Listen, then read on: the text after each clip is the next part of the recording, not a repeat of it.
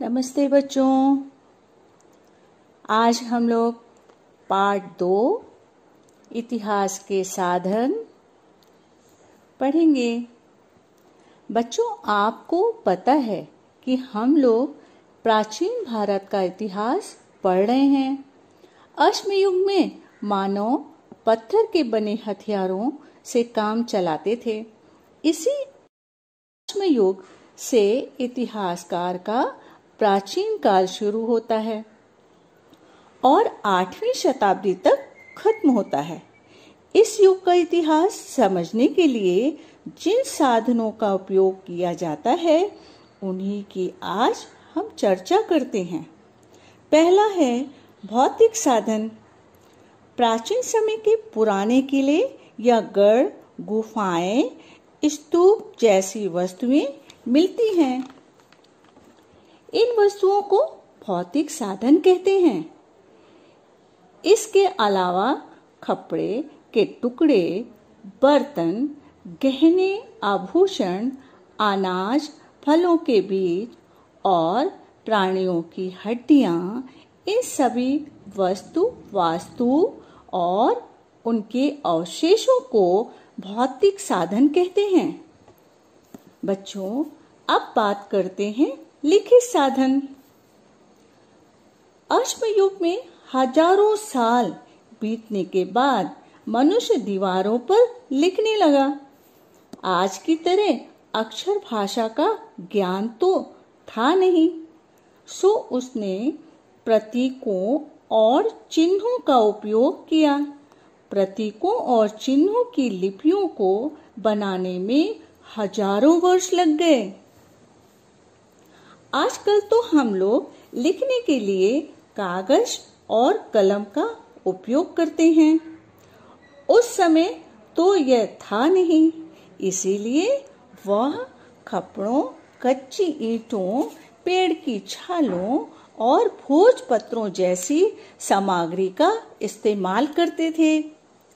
स्याही तो थी नहीं, इसीलिए नुकीली वस्तुओं से इस सामग्री पर अपने विषय को उकेरा जाता था।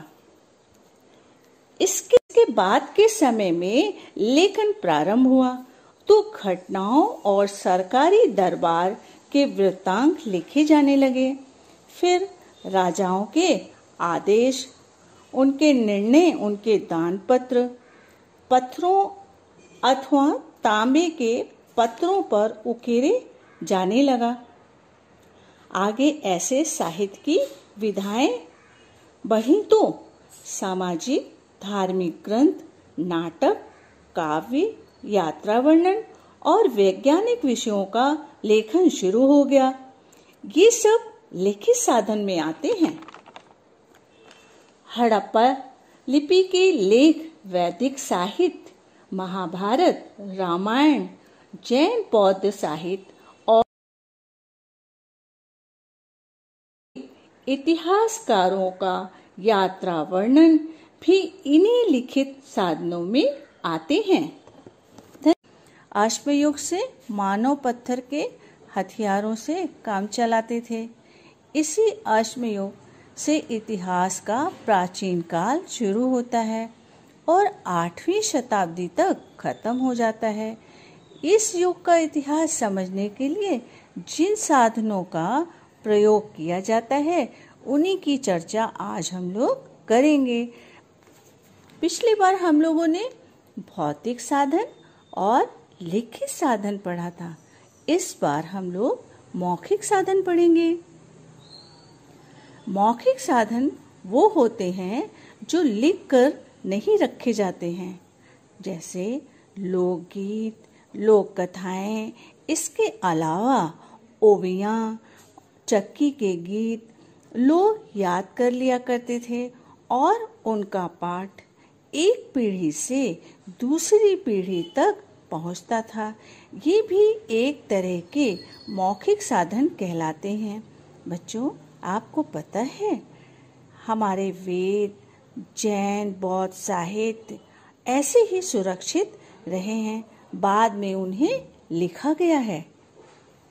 इसी लिखित वैदिक साहित्य ईसा पूर्व 1500 के बाद ही प्राप्त होता है। हाँ बच्चों, इतिहास के लेखन में बहुत सारी सावधानियां बरतनी पड़ती हैं। केवल लिखित प्रमाण मिल जाए तो उसको इतिहास का साधन नहीं माना जाता है। छानबीन करनी पड़ती है, किसका लिखा है, कब लिखा है, क्यों लिखा है। प्रमाणों के साधनों से अलग अलग निष्कर्ष निकालने पड़ते हैं।